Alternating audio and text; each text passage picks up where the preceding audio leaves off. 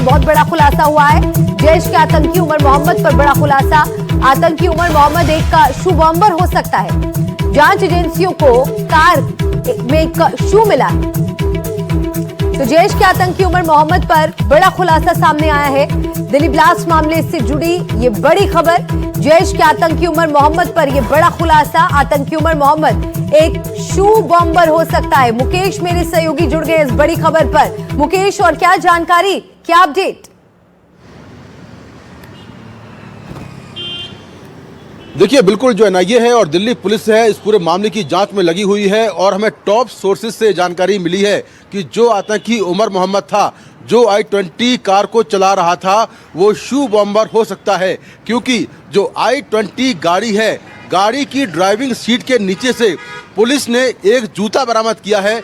इस जूते में कुछ मेटल है और उसके अलावा TATP जो विस्फोटक होता है वो भी वहां पर पाया गया है।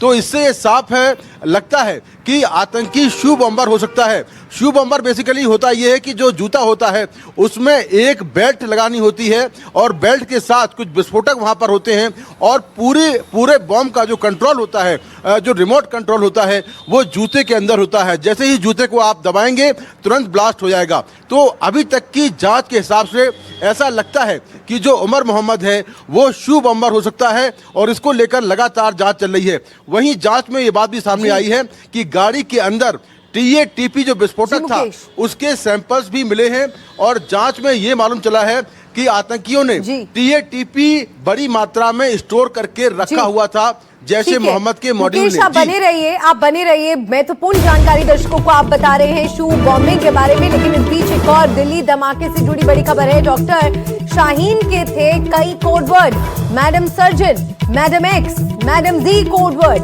कई और दूसरे कोडवर्ड से भी जाना जाता था।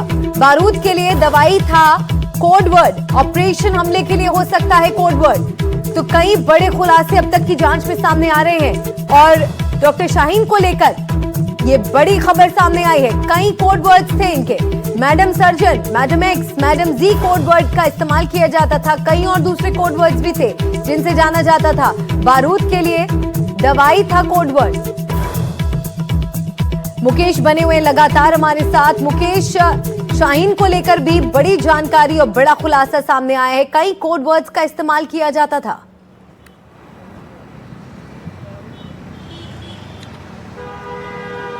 देखिए, बिल्कुल जो एनआईए है वो शाहीन से पूछताछ कर रही है। जम्मू कश्मीर पुलिस की कस्टडी में शाहीन है और यहाँ पर श्रीनगर में जहाँ पर मैं हूँ, यहाँ पर शाहीन से ज्वाइंट इंटेरोगेशन एनआईए और जम्मू कश्मीर पुलिस लगातार कर रही है और पूछताछ में कई अहम जानकारियाँ निकलकर सामने आ रही हैं, जिसमें ये बात निकलकर सामने आई है कि जो लेडी डॉक्टर आतंकी है, डॉक्टर शाहीन, वो कई कोडवर्ड उसने रखे हुए थे और कोडवर्ड्स में ग्रुप के बाकी मेंबर से बात करती थी। डॉक्टर सर्जन या फिर दूसरे जो कोडवर्ड्स हैं उनका इस्तेमाल करती थी, जिससे कि सुरक्षा एजेंसियां उनको पकड़ ना पाएँ, उनके जो कोडवर्ड्स हैं उनकी पहचान न कर पाएँ। लेकिन एनआईए और जम्मू कश्मीर पुलिस के अलावा बाकी राज्यों की पुलिस डॉक्टर शाहीन के तमाम जो कोडवर्ड्स हैं उनको डिकोड करने में लगी है और डिकोड करने के बाद ये मालूम चल पाएगा कि आखिर इन कोडवर्ड्स का इस्तेमाल वो किन किन चीज़ों के लिए करती थी।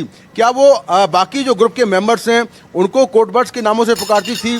क्या वो जैशे मोहम्मद के हैंडलर से बात करती थी? तो ये सारी जानकारी जब ये कोडवर्ड डिकोड हो जाएंगे उसके बाद ही मिल पाएगी। जी बिल्कुल। और एक और बड़ी खबर मुकेश हम दर्शकों को बता दें, आप बने रहिएगा। सूत्रों के हवाले से एक बड़ी खबर मिल रही है धमाके से जुड़ा कानपुर का कनेक्शन सामने आया है। नेपाल से खरीदे मोबाइल में कानपुर का सिम मिला।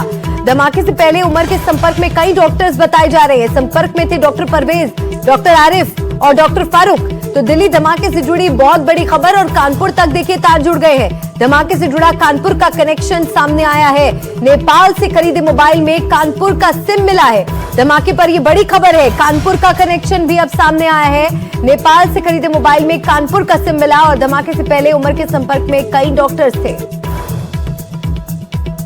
डॉक्टर परवेज, डॉक्टर आरिफ और डॉक्टर फारूक का नाम यहां पर सामने आए हैं। अनुष्का जुड़ गई है इस बड़ी खबर पर हमारे साथ। अनुष्का, और क्या जानकारी आपके पास कानपुर कनेक्शन से जुड़ी, क्या डिटेल्स?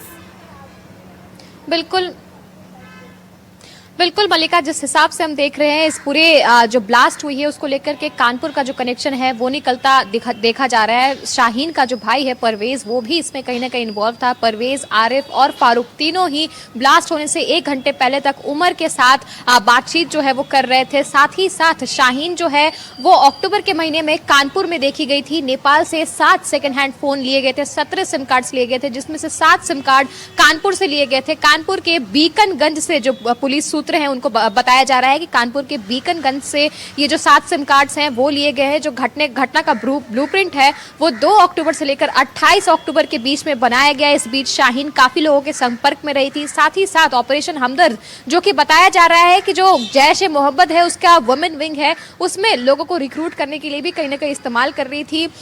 परवेज के साले के साथ इस वक्त जो जांच पड़ताल है वो चल रही है, उससे सवाल जवाब किए जा रहे हैं कि आखिर किस हिसाब से इन्वॉल्वमेंट रहा है और कानपुर में शाहीन के आने के पीछे का कारण क्या रहा। क्या वो वहां पर अपने हैंडलर से मिलने गई थी उत्तर प्रदेश के अलग अलग जगहों पर, क्योंकि हम देख रहे हैं हापुड़ में जैश ए मोहम्मद का जो वुमेन विंग है उसको बनाने की कोशिश की जा रही थी और साथ ही साथ कानपुर में भी इस तरीके से लोग मिले हैं। तो आखिर इस पूरे मुद्दे के पीछे का राज क्या है और लगातार ये लोग कैसे एक दूसरे के संपर्क में रह रहे थे और क्या बातचीत हो रही थी, किस हिसाब से इस पूरे ब्लास्ट को अंजाम देने के लिए प्लानिंग जो है वो की जा रही थी, इसके ऊपर इस वक्त हम देख रहे हैं कि पुलिस सूत्रों के जरिए जो जांच है वो कहीं ना कहीं किया जा रहा है। बिल्कुल जांच तेज हो रही है, लेकिन अभी भी कई अनसुलझे सवाल हैं जिनका जवाब ढूंढा जा रहा है। बहुत शुक्रिया अनुष्का आपका इस पूरी जानकारी के लिए। और दिल्ली धमाके पर इस वक्त की सबसे बड़ी खबर आपको बता दें, आतंकी आमिर राशिद पर बड़ी कार्रवाई। आतंकी आमिर को 10 दिन की एनआईए हिरासत में भेजा गया है। एनआईए की स्पेशल कोर्ट ने हिरासत में भेजा है। दिल्ली धमाके में आमिर की पहली गिरफ्तारी। आमिर को कल दिल्ली से किया गया था गिरफ्तार। तो आतंकी आमिर राशिद पर बड़ी कार्रवाई हुई है। डॉक्टर आमिर को लेकर आपको बता दें ये बड़ी खबर, आतंकी आमिर को 10 दिन की एनआईए हिरासत में भेजा गया है। एनआईए की स्पेशल कोर्ट ने हिरासत में भेजा है। दिल्ली धमाके में आमिर की पहली गिरफ्तारी।